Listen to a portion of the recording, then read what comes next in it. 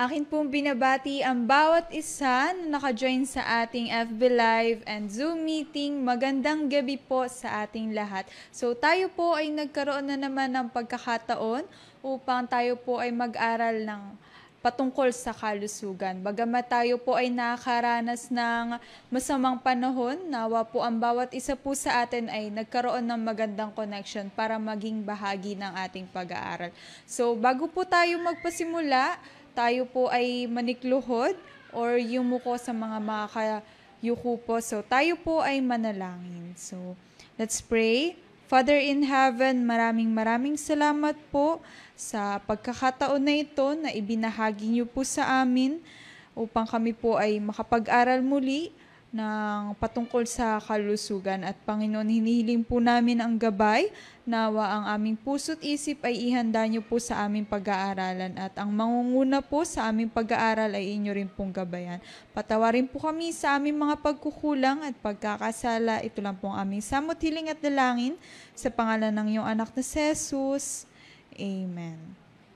So, sa ilang linggo po na pag-aaral natin ng patungkol sa kalusugan, nawa ang bawat isa po sa atin ay napagpapala ng ating Panginoon at yung mga napag-aaralan po natin, nawa atin pong nagagamit sa pang-araw-araw. So, akin na pong, para po sa ating pagsimula, akin na pong ibinibigay ang pagkakataon sa ating pong tagapagsalita ngayong gabi, walang iba kundi si Sister Donna. Hello, sister.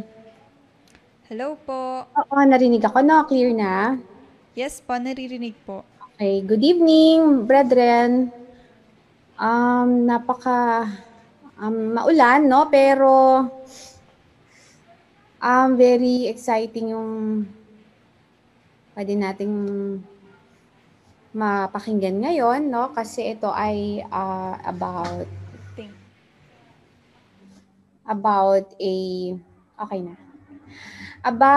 yung isang sakit, no, na lagi usual na nararamdaman or meron, no, ang isang tao. And usually din, no, marami na ring nagtatanong sa akin with regards to the natural healing, no, na pwedeng gawin sa sakit na ito. And I'm talking about no less than the sakit na ito, yung acid reflux, no? Or we call it GERD. So, I don't know, no? But yung symptoms niya kasi very confusing din. And usually ito, marami rin itong mga prescriptions, no? Na usually nagagamit din, no, ng mga meron ito. Kaya naman minabuti ko na i-discuss itong topic na to dahil yun na nga una, maraming nagtatanong sa akin about it, no. And then pangalawa, ito yung parang pinaka-common na binibigyan talaga ng prescriptions or pinagagamitan natin ng traditional, no, na mga medicines, which is I would be sad to inform you na maraming side effects, no? At delikado talaga, lalo na para sa ating mga kidney, sa liver, sa mga cognitive functions natin, or I'm talking about yung sa brain natin, no? Na more often than not, hindi natin nako-consider or hindi natin alam, no? Bakit mo nga naman mako-consider ang isang bagay kung hindi mo nga alam in the first place, diba? Kasi actually, wala naman, pagka binigyan tayo ng mga prescriptions, wala naman din talagang maglalakas na loob na magtanong, diba, sa prescribing doctor na, o ano ba ang pwedeng side effects nito? I mean, let's be honest, right? More often than not, we give respect kasi we feel that authority sila, no, pagdating sa ating health. Kaya dun sa point na ganun yung respect natin, nakakalimutan na natin yung need, no, or yung right natin to ask. Kasi karapatan po natin yan bilang patient to really ask the prescribing doctor so that alam din niya na alam natin, no, kung ano ang mga possibilities. At kapag ka nagtatanong tayo, more often than not, mararamdaman yun ng prescribing na doctor na, ay, mag-iingat ako dito sa pasyente na ito sapagkat parang very keen, no, about these things na very critical talaga sa health niya. So I think it will also put the prescribing doctors a notch higher when it comes to treating you. Kaya maganda po yung gano'n na i-practice po natin, no, in case na we really have to go to a traditional doctor. Let's make it a point that we ask the side effects, we ask for the possible yung mga reactions, no, with whatever other medicines that you're taking. So, very standard po yan at hindi po dapat ikahiya at dapat po talagang isa yan sa mga dapat na ginagawa natin para ma-protect natin yung health natin. Remember, it's our yung bodies at the same time. Hiram lang natin ang bodies natin, no? Hindi sa atin to.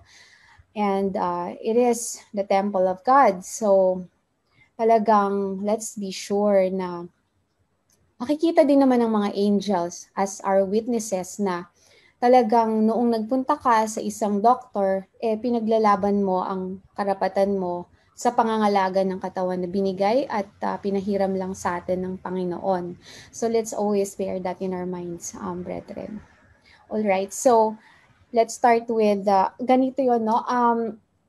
Marami actually ng mga sakit na marami ding mga traditional na mga medicines. Now, ang nangyayari kasi usually, we're just discussing yung natural, no? I just found it na better na or mas applicable, mas practical at the same time kapag nadidiscuss talaga natin yung mismong sakit. Tapos, ano ba yung na-expose sa atin? Ano ba yung binibigay sa ating prescription? And then at the same time, sa dulo, ito yung natural na katapat. So, hindi tayo parang dun lang sa level na, o dito natural. Of course, talagang dapat natural lang gagamitin natin. Kaya lang, dito sa point na to, kaya parang magkakaroon tayo ng iba't ibang exposure din, no? Sa mga iba't ibang diseases na pinagagamitan nga ng mga traditional medicines para mas alam natin, para mas conscious tayo. Kasi minsan, pag pinag-uusapan lang natin, kunyari si garlic, alam ko na yan. Ilang years ko nang alam yan. Or yan naman kasi talaga lagi. Pero, kapag kunyari si Zantac, for example, ang kaharap mo, 'di ba? Kapag hindi natin dinidiscuss itong mga, yung other side, hindi tayo magiging conscious eh. Like, hindi natin maaalala si Ginger, for example, 'di ba? Kasi ang kaharap natin si Zantac. Zantac is a brand name, no? So what I'm saying here is, kapag na-familiarize natin ng mga sarili natin sa mga traditional meds, mas ma-appreciate natin kung napag-aaralan natin siya at the same time, kaakibat siya ng pag-aaral din natin ng natural. Iba kasi pag natural lang, no? I hope you're really getting my point here, na mas maganda kung balanse, expose tayo sa pareho. Say, si antibiotics, ano ang panapat natin? Di ba? Meron tayong garlic, meron tayong turmeric, right? So, mas maganda, mas tataas yung sense of appreciation natin sa natural na meron tayo na bigay sa atin ng Panginoon. Kasi mako-compare natin siya eh. Unlike kapag ang nakikita natin yung natural lang. It means that parang kung sa tao, no, kapag nakakakita ka ng maganda at pangit, hindi ba pagka maganda lang ang nakikita natin, hindi natin masyadong ma-appreciate. Pero, kapag tinabi siya sa isang pangit, mas gumaganda siya or mas na-appreciate natin yung maganda. Di po ba? Ganun din sa medicine or dito sa ating training, no, for medical missionaries, no. Mas ma-appreciate natin si natural na mga medicines kapag nakikita natin kung ano yung difference niya kapag na-discuss natin, huwag tayong matatakot. Matakot tayo na gamitin, pero huwag tayong matakot na ma-express or malaman natin kung ano yung mga negative out of this para mas ma-appreciate natin at talagang mas gagamitin natin yung mga natural na medicines na binigay sa atin ng Panginoon. If meron po kayong kalituhan or question about that approach, pwede niyo po akong tanungin in a little while, no, kung bakit ganun yung parang magiging theme natin for this particular evening, no. So, expose ko po kayo sa mga traditional medicines ngayon. I would even mention brands, no, para ito yung tinitake ni ganito o kaya ito yung na-take ko nun or ito yung iti-take ko ito yung piniscribe. Hindi ba mas makaka-relate po kayo? Kaya mas maganda po yan, mas tataas po ang ating sense of awareness. Alright, so basic lang po tungkol sa acid reflux. By the way, pareho lang po itong GERD at saka acid reflux, no? Some people are also confused about it. So let me just clarify na it's just the same. May magkaiba lang ng terminology, but really, scientifically, it's just the same. So, ano ba yon, no? Ano ba itong GERD na ito? It's short for gastroesophageal reflux disease, no? Commonly referred nga as GERD. At actually, millions of people lang naapektuhan. Hindi lang po sa Philippines, kung hindi buong mundo. So, it's really very common. Kaya, pag common, usually maraming mga pharmaceuticals na maggagawa or magpo-produce kasi there's a big market, no? Hindi siya maliit lang na portion. So malaking market, ibig sabihin very high probability for sales, no? Kaya marami talaga siyang mga gamot. I will show you later, no? Maraming mga gamot, no? And then maraming tao, no, millions of people na once or twice in a month affected nito or nakakaramdam ng pain ng sinasabing acid reflux na ito. Okay, so nangyayari siya dahil ito yung time na yung content, no, nung ating siya napupunta sa esophagus, okay? Na hindi dapat. Kung makikita ninyo dito sa ating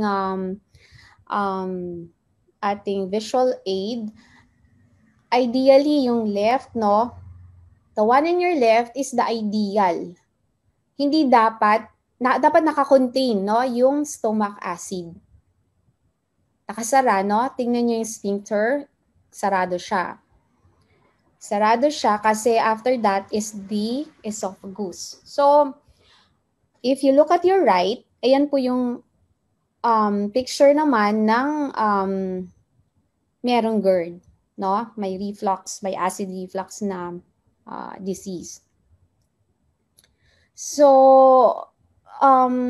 yan po ang nangyayari, no? Yan po ang nangyayari sa loob ng system, no? Or sa katawan ng isang tao na merong acid reflux, no? So, hindi nakasara, naka-open, therefore nakakaakyat ang acid sa esophagus. Yun yung nagkakos ng masakit, mahapde, actually iba-iba, depende dun sa mga tao. Now, ang problema lang kasi talaga, very irritating yung acid, no? Well, it can also cause damage, no, sa lining ng esophagus, no? So, ang pinaka, yan yung nag-create ng pain. At the same time, other than that, kapag ka merong comorbidities or may iba pang sakit yung isang tao, mas magkakos siya ng problema kasi, for example, you have hypertension, no? If a person has hypertension, tapos mag-a-attack ito, talagang magkakos siya ng mas heightened na blood pressure because of the pain and other complications. So, ideally, sana wala tayo nito. So, ito yung mga usual na symptoms ng GERD or ng acid reflux. Yan, may persistent heartburn, no? Burning pain or pressure, no? Sa chest area. And then, meron ding chest pain, no? It can also be presented in dry cough and bad breath, and then hoarseness ng, lalo ng sa throat area, boses, no? Sa pagkagising sa umaga. So ngayon, another thing din yan, no, nagkakalito-lito rin minsan, ano ba ito? Is it heartburn? O baka mamaya, may mga ganun ding mga issues na baka heart attack na pala or cardiac, no, na attack. So, kailangan, let's be very, dapat maging cautious din tayo, no, na bantayan natin ito kasi 'di ba, usually a month, no, before a stroke or even a heart attack can happen. May mga signs no. Now, baka naman GERD pala, hindi naman pala talaga yun yung sign ng heart attack or stroke. So, let's try to be intelligent about it, mga brethren. Kailangan nating alamin talaga ang sakit na ito para hindi rin tayo magbigay ng undue stress sa ating mga katawan or sa sistema natin. So now, dito na tayo. Kapag untreated, no? Kasi iniisip natin, madali lang i-treat. Madali lang mawala. Okay lang. So in short, you will not take it seriously. So this is what can happen, no? If you don't take it seriously or if you don't treat it, then it can scar the lining. Yun nga, ito yung kanina, yung pinakita kong isang picture, no? Na yung lining, no, pwedeng masugatan, no? And then, yun na, mag-uumpisa na yun sa clinical presentation na mahirapan ka ng maglunok, no? Pag may ganung difficulty, medyo, it's time for us to, do something or, check it out, no? Kasi, ibig sabihin medyo may ibang level na po yung nangyayari sa loob, no? Lalo na sa lining ng esophagus. So, again, it can also be a cause of, or the risk, no? A risk factor for cancer ng esophagus. So, meaning, hindi po natin, we cannot take it lightly, brethren. Okay, so yun, I was saying, kapag hindi natin inintindi, we take it lightly, it can even lead to as serious as a cancer sa esophagus. Okay, so ano yung mga traditional drugs, no, or treatments na binibigay usually para dito sa pangangasim, pagsakit, or para dito sa GERD na ito? So, okay. Usually, binibigyan tayo ng traditional doctors na mga proton pump inhibitors, no, na nagsusuppress. That's in addition to the different classes ng mga antacids, no.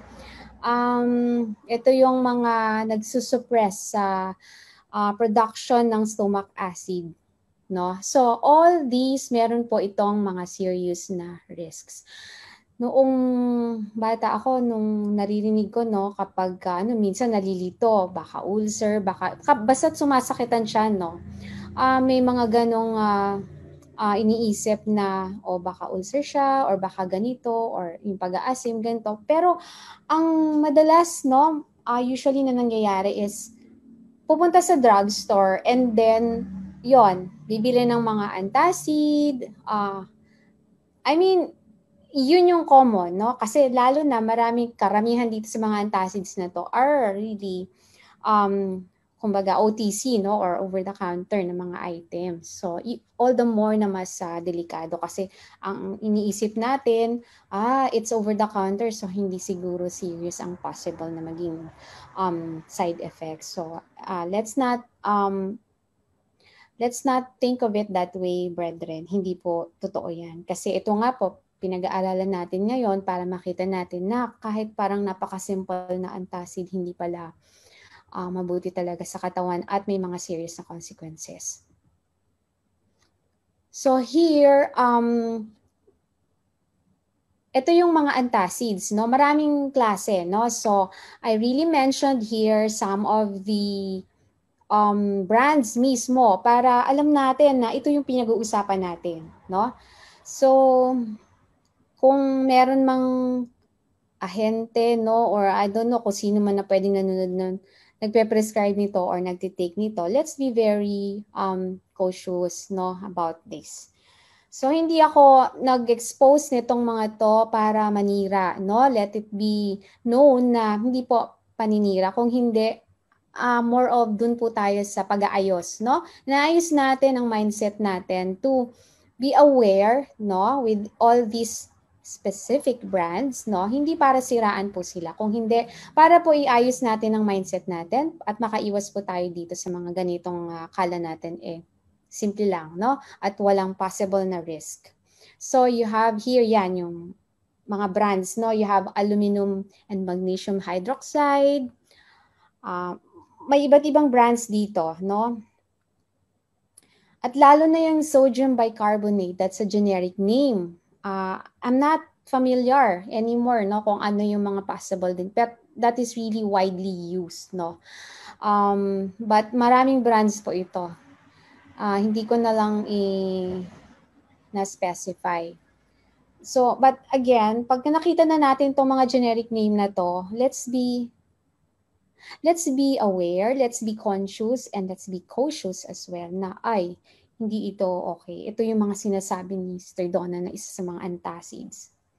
No? So, ano ba ang benefit nila? Alright, it says, taken an hour after meal, temporarily. Ayan, brethren.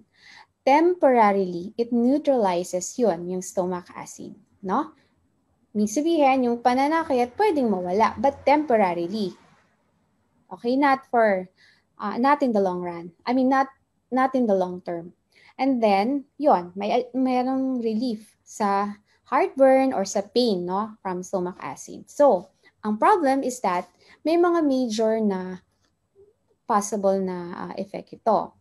So, kapag regular consumption natin ng aluminum, okay, nagkakaroon ng accumulation na very toxic sa ating brain at saka sa nervous system. Alright?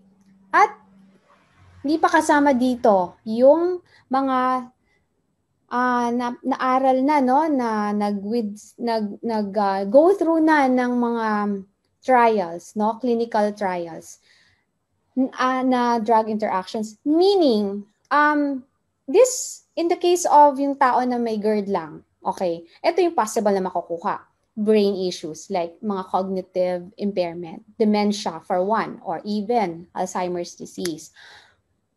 At the same time, sa ating nervous system, marami din pwedeng gawin ng aluminum, kagaya ng yung ating mga B1, B12, no, na mga supply or nutrition, no, pwedeng maapektuhan din dito sa mga content nito. So, what does it mean?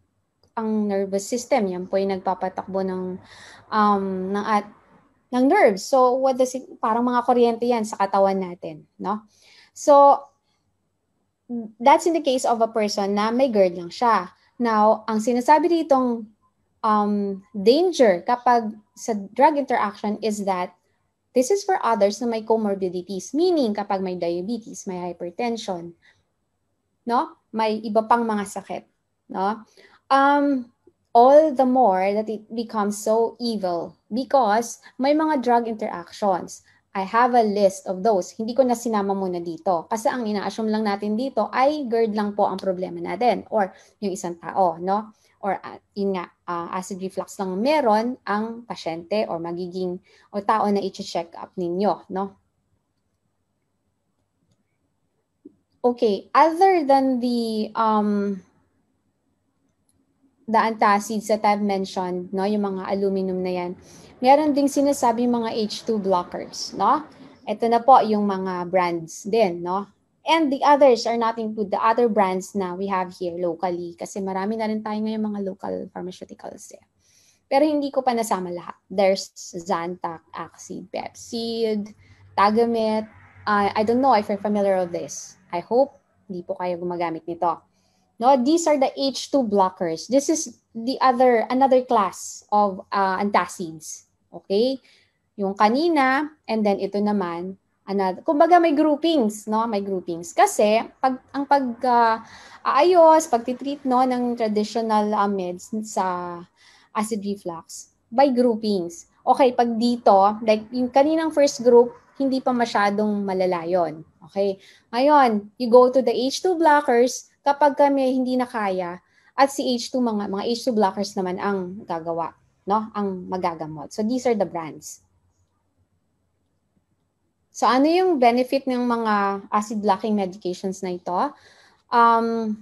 Yung histamine, no? Na nag-ano ng ating stomach acid na bablock niya. Kaya niyang i-block yung receptor both sides. Okay? Yung receptor at saka yung mismong receptor na nandoon sa cells ng stomach. So, block na block. Block talaga. Ibig sabihin, naharangan. Okay? Na i-impede, no? Na napipigilan ang paglabas ng stomach acid. That's what it's doing. Alright, so, nare-relieve yung heartburn, nare-relieve yung pain, okay? Although, the H2 blockers does not prevent, does not treat yung inflammation na pwedeng mangyari or the erosion, no? Dun sa esophagus, no? Kapag may GERD. Yun po yung nangyayari. Pag palagi tayong na-attack nitong GERD na to, di ba, yung kanina yung explain natin, it can really cause yung sa lining, no? Ng inflammation doon sa lining ng esophagus. So, itong H2 blockers, hindi po nakakatulong yan. Again, temporary lang. Yung pagbablock nila, that's it. Just for the relief, no, ng symptoms. Heartburn and the pain.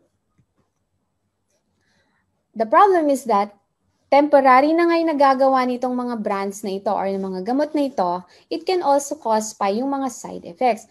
Take note, brethren, minor po. Minor pa lang. Mamaya, later on, may major po.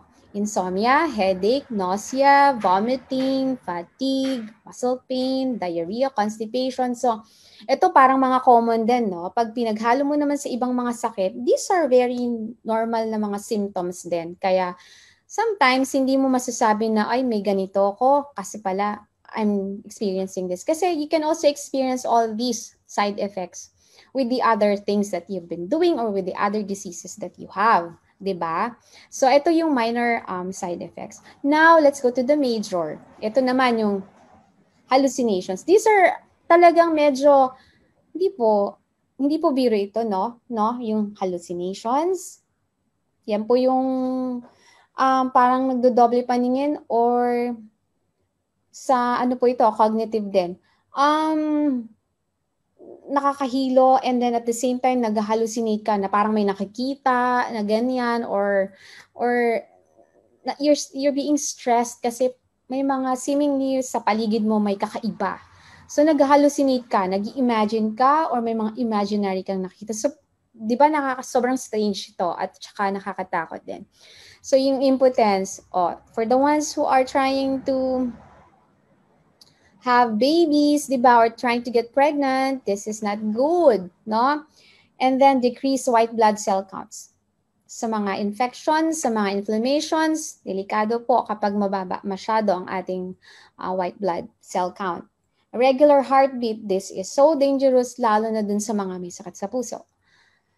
Rashes, visual changes, sa mata po yan. Delikado rin po ito dun sa mga malalaman level ng diabetes, so hepatitis, and other allergic reactions, no? So, let's just say, yan pa lang ang sakit natin, nakaka-stress na po itong mga possible side effects, di ba? How much more kung meron pa po na, God forbid, na meron pa tayong ibang mga chronic diseases, no? Now, ito yung major caution for this kinds of, yung antacid both and the H2 blockers. Yan, ito na yung dementia, Alzheimer, cognitive impairment. Ibig sabihin mga iba pa other than dementia and Alzheimer. Marami pa po. At saka yung mental impairment. So, napaka-serious po nito. Kung aaralin natin ng mas seryoso, talaga ang mag-i-end up po tayo nito na we will conclude na Akala ko antacid lang, no? Punta lang ako sa drugstore and then that's it. Just so na ma-relieve yung pain, no? Or lalo na kasi talagang hindi comfortable yan, no? So, delikado po. Now, ito naman yung this is the third class, okay? Meaning, the first, second, yung kaninang na-mention ko. Ito na yung pang-third na grupo. Ito na yung proton pump inhibitors. Ayan po, hindi ko po alam kung familiar kayo sa mga brand na include ko dito, but there are other brands, no? But if you will look at dito po tayo sa left side, leftmost, yun yung, basically ito yung generic name, no? If you look at this, kasama po yan sa mga proton pump inhibitors. Prevacid, Prilosec, Protonex, Acifex, and Nexium. Yun yung mga specific brands. But then, for the, yun nga, generic, yan, omeprazole, pantoprazole, I don't know how, but just the same, let's be very careful about these drugs. In-expose ko na lang po ito, not for anything, but for you to be careful. So, ano ang ginagawa ng PPI? This is what it does. It blocks then yung secretion, of course, ng acid, no? Para ganun din, no? Parang sa H2 blockers, except that iba yung system nila, iba yung mechanism. Alright? In short, mas high-tech ang PPI pagdating sa pag-block ng secretion ng stomach acid papunta sa esophagus. Alright, so nagsisecrete siya ng hydrogen ions sa stomach lining so that, alright, nakakapag, nai-inhibit or napipigilan niya yung acid secretion, okay, papunta doon sa esophagus from the stomach lining.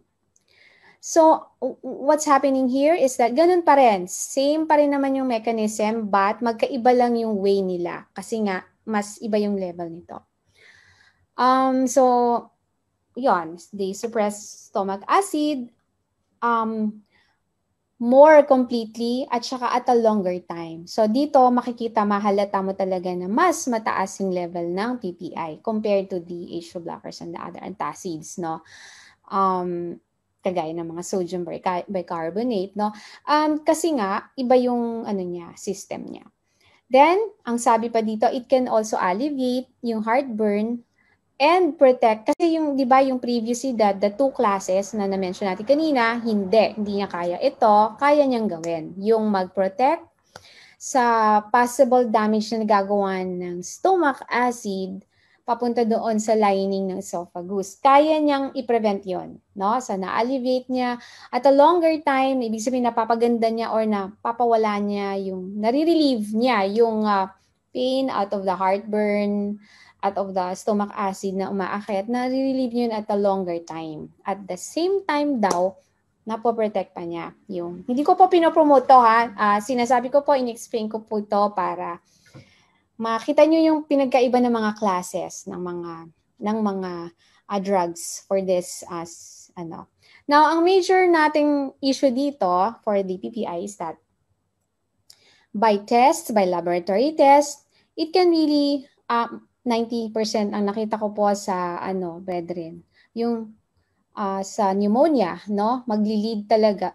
You can develop pneumonia sa lungs or lung issue ito if you take this kind of drug. So, masasabi natin na, oo, parang mas mataas yung level na comfort, mas mataas, mas kompleto, longer yung kanyang pain relief, no?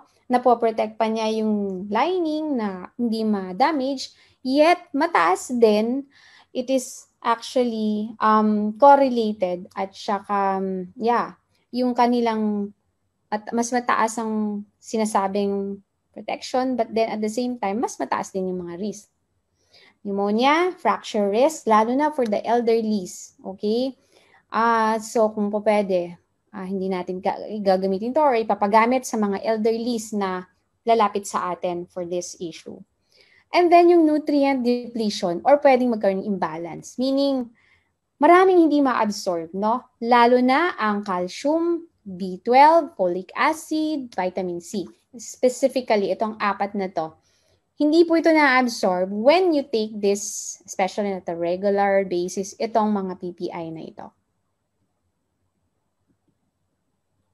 So there are other classes. The other one is promotility. Ayan na yun, yung and the other one is the magnesium. Ito, yung Gaviscon. I think this is very familiar brand din. No?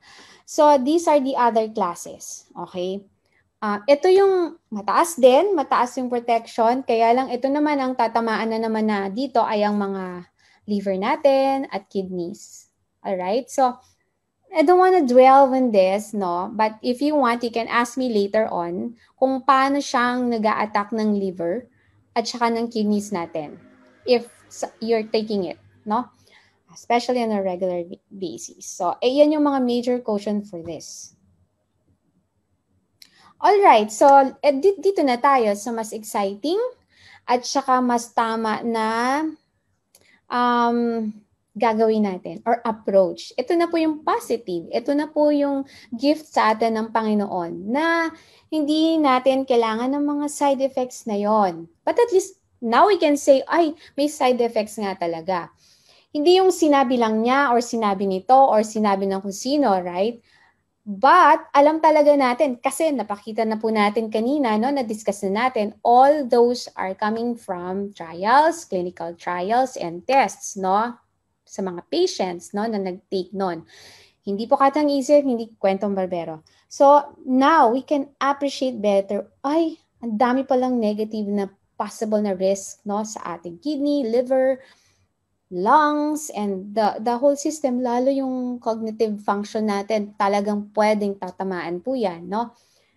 Sino po ba may gusto na magkaroon ng dementia or ng Alzheimer? Di po ba? So, kayo po, decision niyo po yan. Now, because of that, na-expose na tayo dun sa negative, dito naman po tayo sa positive, no? God is so good. God has given us these natural ways to combat this GERD, no? This acid reflux, no? So this is the good news. At nasa atin na po yon. Ano ba talagang gagamitin natin? Yon na mas mabilis nating makuha sa drugstore or ito na mga natural alternatives na binigay ng Panginoon na walang side effects. Medyo mas mahirap, I mean, in terms of paano siyang gagawin, hindi naman talaga mahirap eh. Medyo mas inconvenient siya compared to just going to the drugstore and buy. Diba? You have this money, then you buy. It's easy. Then you swallow. Diba? Pill mentality. Mas marami pong nadidisgrasya sa pill mentality kasi usually, kung gaano kabilis, no, instant yung relief, instant din po yung next na possible na damage na ginagawa sa ibang sistema natin or ibang organs.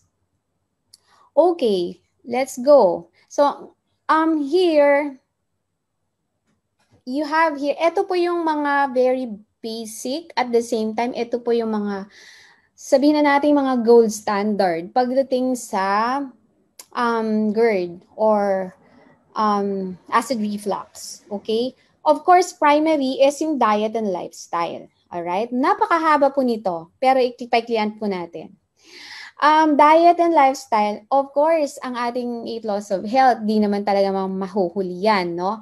Pero specifically, let's avoid pagka merong GERD or may lumapit sa inyo na merong ganyang reflux, hindi po pwede ang naggagatas siya, no? Dairy-free dapat ang diet at the same time, as much as possible, gluten-free ang mga kinakain. Iwas-iwas sa mga yung mga processed, lalo na yung may mga gluten at saka dairy, no? And then the lifestyle,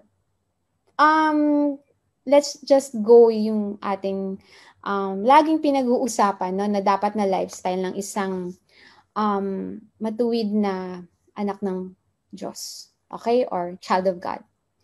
Okay, so you have here licorice, no? Meron na tayo nun, I think meron na tayo dito niyan. Ito aloe vera, singkamas, basil leaves, Fennel, I don't know if you're familiar with fennel, pero meron na rin dito po niyan. I'm not just sure kung ano ang Tagalog niyan. Pero nakakita na po ako sa province.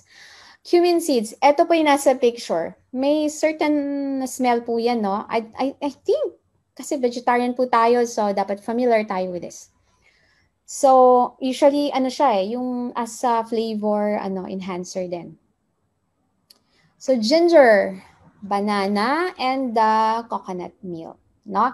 So, sige, doon na lang natin i-discuss kung ano po nang gusto nyong gamitin dito, pwede na po natin i-discuss yan sa Zoom. So, for now, that's it.